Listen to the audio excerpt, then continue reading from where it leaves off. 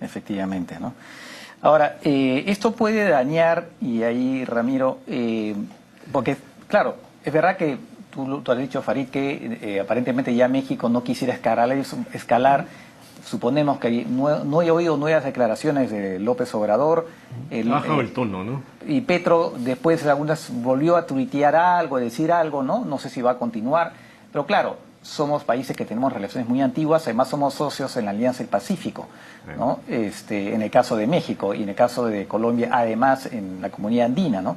Eso podría llevar, piensas tú, Ramiro, que eventualmente digamos, en estas instancias estén un poquito congeladas las cosas. Se suponía que al Perú le tienen que traspasar la presidencia, ¿no?, rotativa de la no recuerdo el término que saco ahorita, pero de la Alianza del Pacífico, ¿no?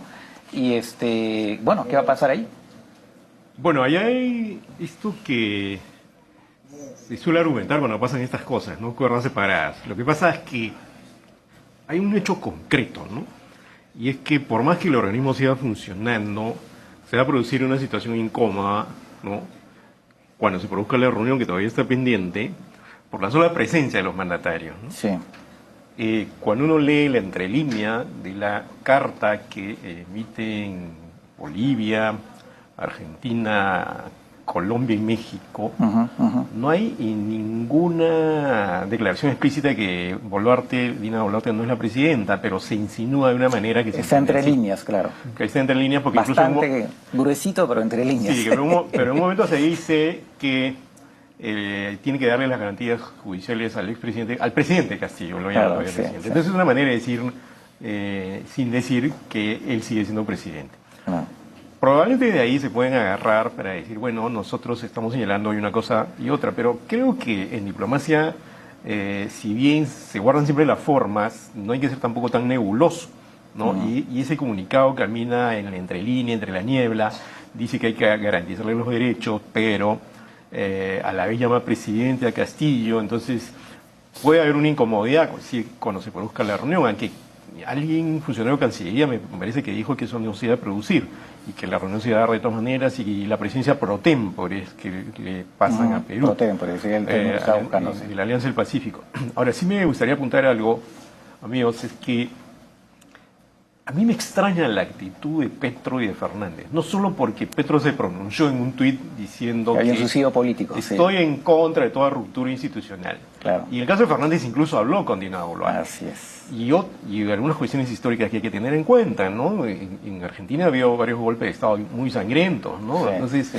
Tomar distancia de eso, decir como que no existió, no mencionarlo, a mí me pareció bastante desubicado. Dije, ¿cómo es posible que digan esto? La propia Cancillería Argentina supongo que estará un poco preocupada, ¿no? ¿Por qué lo hizo? Y en el caso de Petro, Petro siempre se ha acojado al golpismo, ha sido un tipo asediado. En el radar de lo que podía pasar, o por lo menos en mi radar, no estaban que Colombia y Argentina hagan esto. Entonces, nuevamente volvemos a la explicación posible de que López Obrador está tratando de marcar la agenda.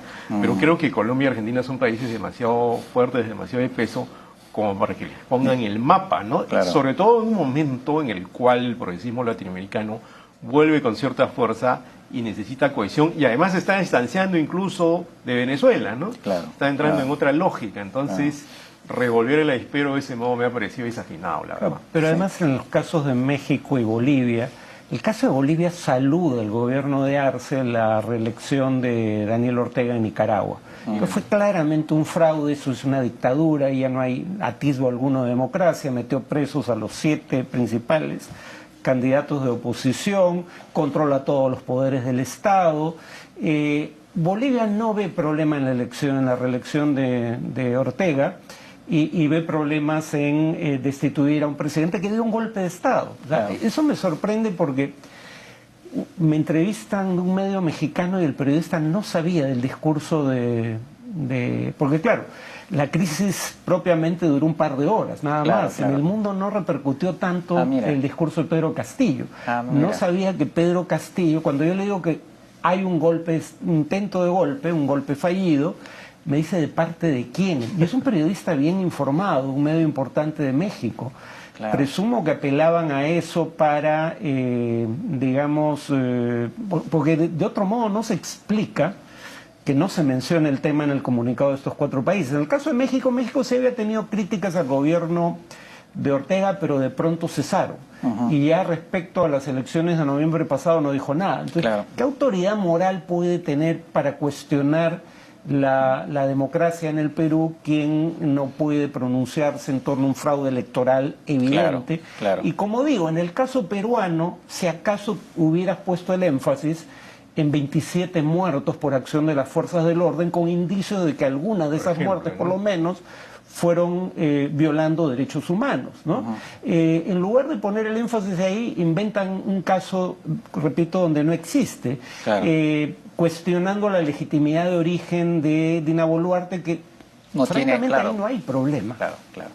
Efectivamente, bueno, es un tema que da mucho para mucho, evidentemente. Es interesante lo que has dicho, pues implica que de repente la Cancillería debería hacer una, digamos, hacer una campaña de comunicación, digo yo, entre varios países, porque por lo visto, incluso una persona, como tú decías, aparentemente enterada en México, no sabía. El periodista Loret de Mola, averigüen quién es. Bueno, sí, sí, claro, no, y no lo sabía, es una cosa impresionante. Él tuitea todo el tiempo, lo veo en Twitter todo el tiempo. ¿De quién? Yo digo, ¿cómo que de quién? Sí, impresionante, ¿no? Impresionante, ¿no? Sí, pues bueno, en todo caso, para cerrar esto, hablando de la Alianza del Pacífico, pues la noticia es que Ecuador, que supuestamente iba a entrar, la cosa está muy lejos, porque como saben, para que pueda entrar tiene que tener un TLC con todos los países, con lo que forma parte de la Alianza del Pacífico, y México ha bloqueado el tema de los plátanos y de los langostinos ecuatorianos, que son productos esenciales, y ya dijo Petro que no debían entrar. ¿Te parece que eso es adrede? Podría ser. Bueno, ya tenemos, ahí había mucho para especular, pero el tema está en que con eso los ecuatorianos dicen no nos interesa. O sea, si nos van a bloquear esos 2 productos, entonces ¿para qué queremos un TLC con México? En honor a la verdad, eso es compatible con lo que fue la propuesta de política comercial de López Obrador antes de llegar al gobierno. Él era muy crítico de... No, claro, efectivamente. Sí. Claro, efectivamente, ¿no? Lo que pasa es que, digamos, los ecuatorianos estaban aparentemente muy esperanzados y les ha caído esto, cuando efectivamente se hubiera habido que revisar lo que tú decías, la postura en general de López Obrador, podías pensar que podía dispararse por ese lado, ¿no? Ahora, hay algo curioso con la Alianza del Pacífico. Ustedes recordarán que cuando se crea a partir de que hay una suerte de sintonía en las políticas económicas de varios países, incluido en nuestra época de Lenin García, ¿no? Claro. Y digamos, eran políticas económicas más...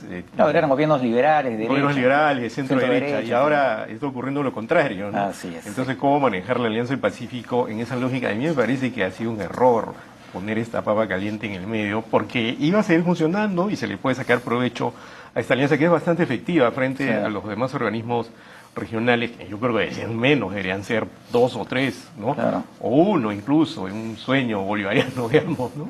Claro. Bolivariano no venezolano, no en clave venezolana, ¿no? Pero debemos poner esto ahí en medio, en el momento que está llegando Lula, que Boric está tratando de sacar pico, que Petro también se mostraba consensual, entonces crear esta atmósfera enrarecida creo que ha sido francamente un error. Por el lugar, ¿no? Claro. Bien, en realidad había mucho más para decir, pero tenemos que hacer una pausa, así que regresamos en unos instantes.